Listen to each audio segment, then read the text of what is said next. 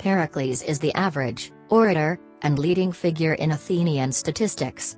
Perhaps it is not surprising that his partner shares many of the same talents. The two met at a conference and, at the same time, were struck by the intelligence and beauty of Pericles And Aspasia. Since she came from Miletus, not from Athens, she became known as an intellectual in Athenian society, giving her more freedom than most women of her time.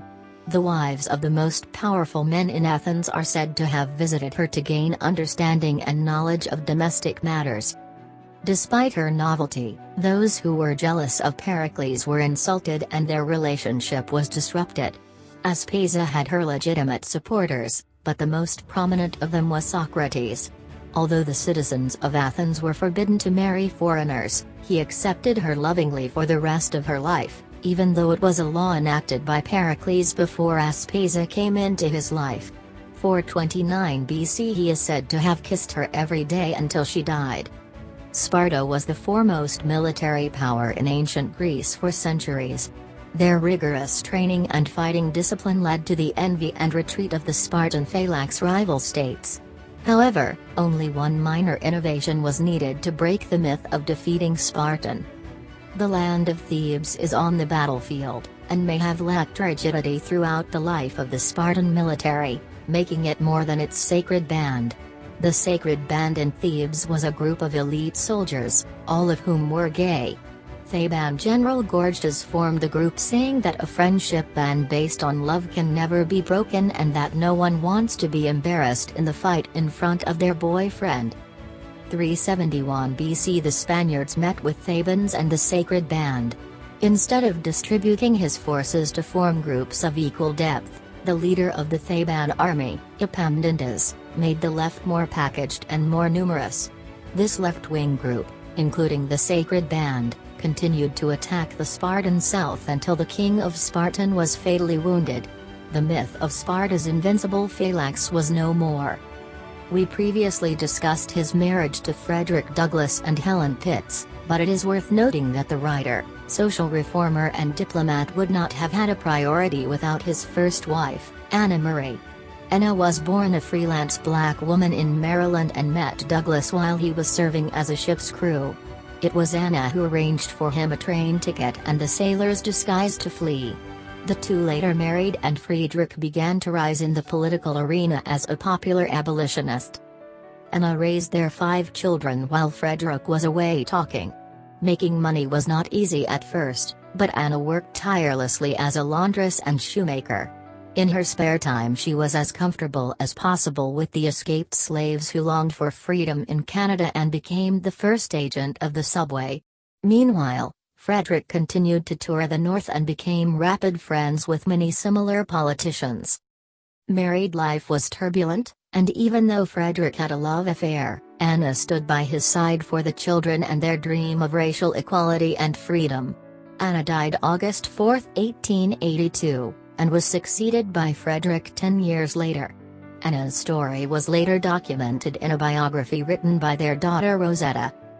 Emperor Taizong ruled the Tang dynasty in China for more than 2 decades. During this time and for centuries to come, he was a respected figure not only among the Chinese but also among the Japanese, Koreans, and even the neighboring Stare tribes. After his death in 649, his son, Emperor Gaozong, was given the mandate. One day the new emperor passed by a convent and met a woman named Zetian, sometimes called Wu Xiao. She was a former Canish sub-concubine of the former emperor and was once a beautiful young woman. But she shaved her head according to tradition. After the death of an emperor, his concubines had to shave their heads and spend the rest of their lives in a convent. Disturbed by this, Emperor Gaozong asked her to return to the palace and become his concubine. The infamous nature of this semi-adulterous relationship was not lost on China's more conservative diplomats, and her visit to the imperial palace was repulsive. Other concubines competed for the emperor's affection, but Wu Zetian overcame them all and eventually proclaimed emperor in 655. As the emperor's health deteriorated, Wu Zetian became the real ruler of China, proving to be an intelligent and ambitious emperor. Gaozong allowed her to run the kingdom in his name for the next few decades until her death in 683. 7 years later, Zetian ascended the throne without rebellion and became the only female emperor in China. Gaozong's name and her rule was a glorious period in Chinese history. Government positions were earned with more merit than birthright, peace and tranquility, and women were more free. The emperor openly sought criticism and proposals and introduced some similarities to democracy to the Chinese government. Who was this woman, who had such control over the decisions of her husband? Asked the Greeks in Constantinople. They were referring to Theodora, wife of Emperor Justinian of the Byzantine Empire. Justinian was an unpopular emperor at times. The high taxes he enforced, coupled with an outbreak of the plague that bore his name, served to unhinge the populace. It didn't make matters easier that his wife was from the lower classes. She was brought up as the daughter of a bear trainer in a circus and later worked as a mime and an actress. It should be noted that being an actress was not as glamorous as it is today. Being called an actress in those days was akin to being called a prostitute. Nevertheless, she won the emperor's heart, and the two married in AD 525. Theodora immediately set about ensuring the safety and rights of women in the empire, banning brothels, increasing rights to marriage and dowry, and even stopping pimps from making money off their prostitutes. Still, tensions grew worse in the capital. During one riot on January 13, 532, the crowds in the hippodrome began chanting Nika, meaning victory or conquer. Justinian scurried to his chambers, preparing to leave Constantinople and abdicate.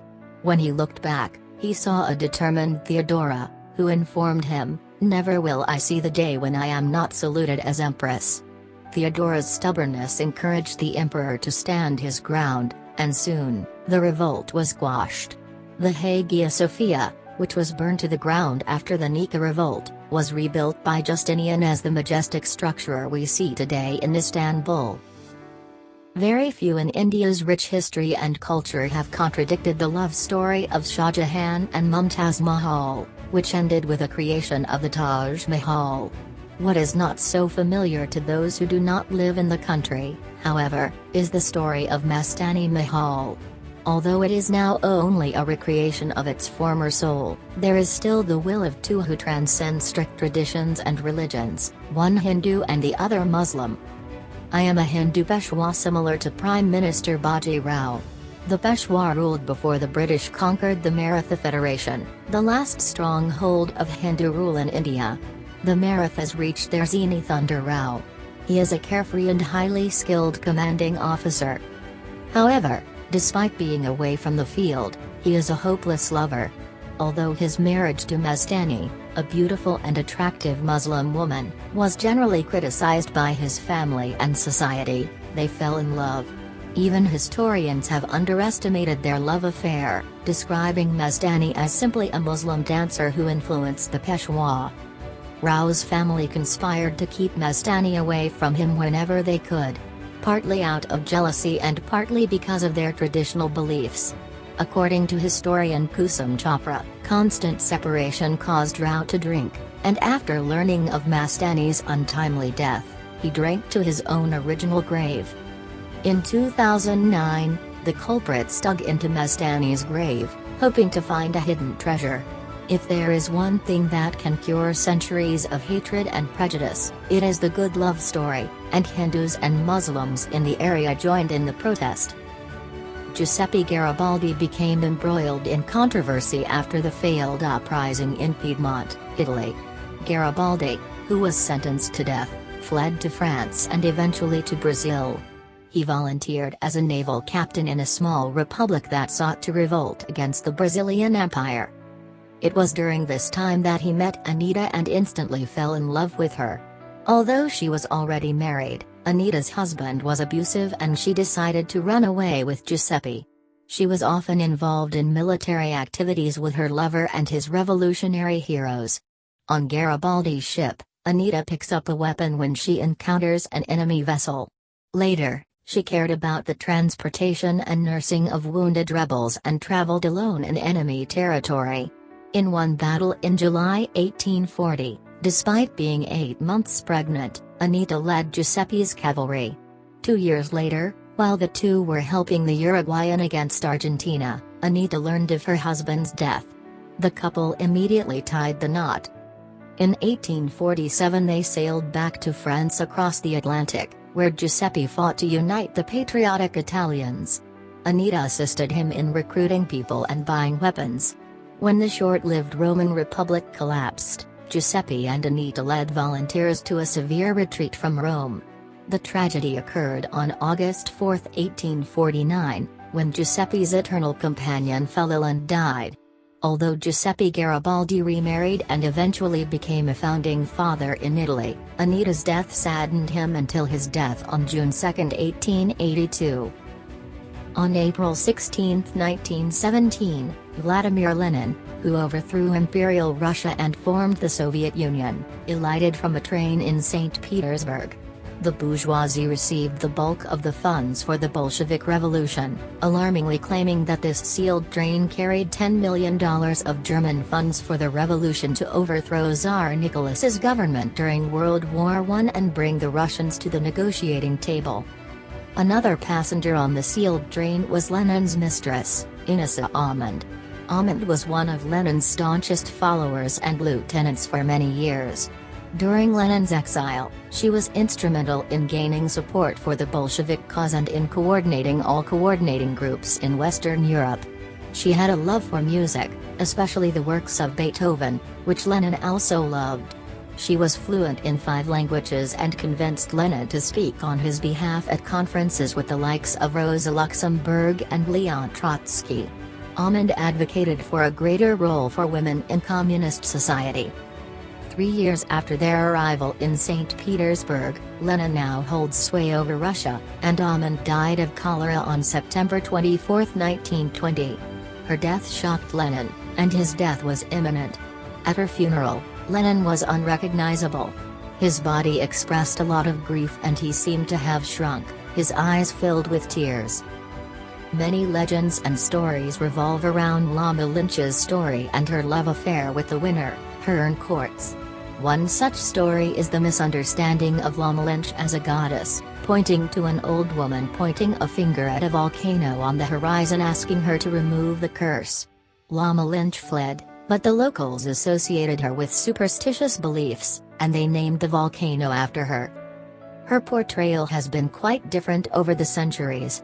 One of the most intriguing caricatures of La Malinche, proclaimed by modern nationalists, is that he was a traitor who gave the independence of the natives to a foreign power. What we do know is that she was one of 27 women honored as a tribute to the Spaniards after a local tribe excelled in war.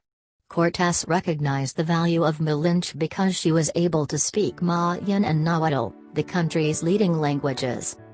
His translator, mentor, and eventually his boyfriend, La Malinche, assisted Cortes in his various dealings with the natives. Whether it is asking for food, asking for advice or negotiating peace and alliances, La Malinche was baptized and became known as Donna Marina. She gave birth to a son, Martin, one of the first mestizos, semi-Spanish, of semi-Native American descent. Isabella of Castile had never met Ferdinand in Aragon, but she had heard that he was handsome, and wonderful. Similarly, he had never seen her, but had told him about her beauty, charm, and magic. Isabella's half-brother, King Enrique IV of Castile, forbade them to meet, so they fell in love with each other from a distance. He planned to marry Isabella to a Portuguese or French aristocrat, but found a way to make love. One day the prince decided to meet his princess. In order to avoid being identified, he disguises himself as a lowly merchant and deceives King Isabella Enrique into telling him that she is going to see her brother's inscription. When the two finally met, they reportedly talked for hours.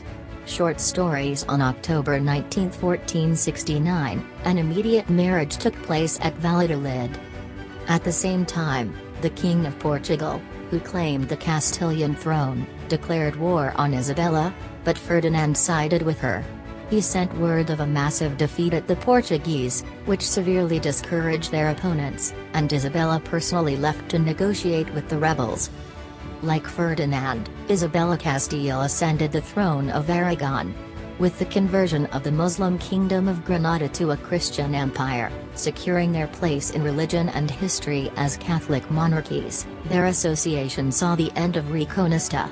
Their love affair and marriage led to the unification of modern Spain, and during the period of peace and prosperity, Christopher Columbus, a genius explorer, was attracted. When Columbus talks about a trip west to India, Ferdinand was initially uninterested in it until Isabella Castile's full support. Discovering the New World filled Spain's treasury, and Christianity spread halfway around the world to the coast of the Philippines, from the Toledo Cathedral to the villages of Mexico and Argentina.